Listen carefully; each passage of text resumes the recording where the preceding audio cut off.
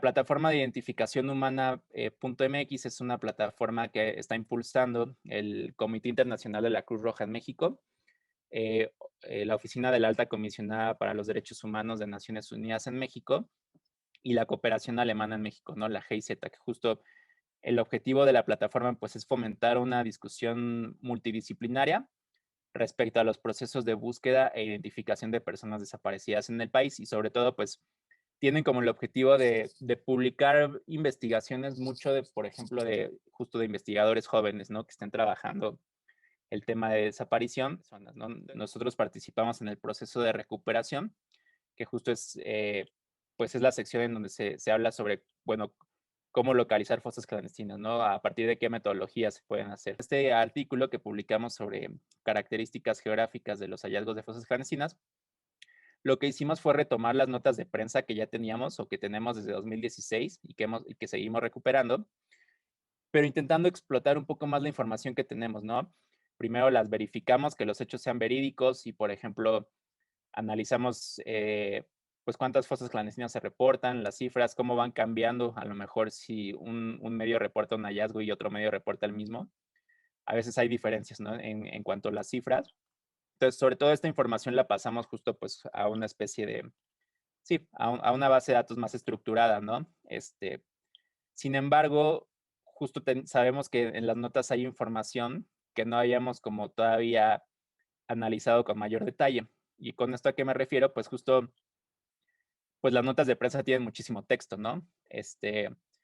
Y por ejemplo, justo las notas de prensa, pues nos dicen por lo general casi siempre las características o una descripción sobre el lugar en donde se localizaron las fosas clandestinas, ¿no? Por ejemplo, dicen cercanas al tramo carretero tal, ¿no? Cercanas al ejido de nombre tal, ¿no? O cercanas a una colonia en la zona metropolitana de Guadalajara.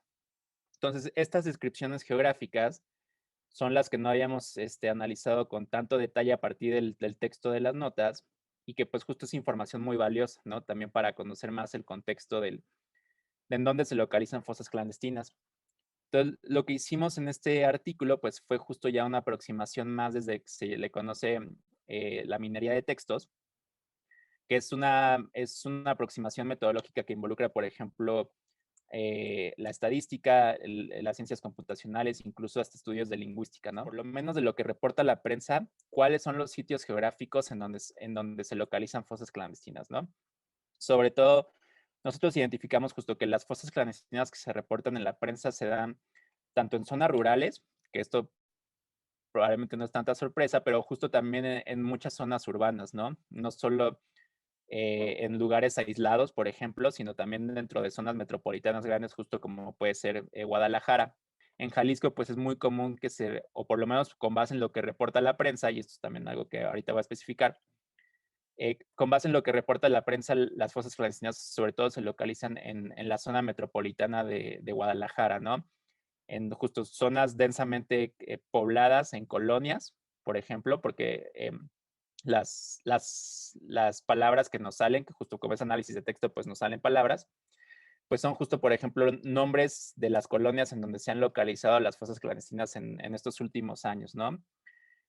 A diferencia de otros estados, por ejemplo, Nuevo León, ¿no? Que Nuevo León sí cambia el patrón y en Nuevo León, por lo menos en lo que reporta la prensa, las fosas clandestinas se encuentran no tanto en las zonas urbanas, sino, por ejemplo, en zonas un poco más alejadas, ¿no? Como cercanas a tramos carreteros o brechas también ya de caminos sin pavimentar o, por ejemplo, drenajes. Eso es lo que también nosotros encontramos a partir del análisis de texto.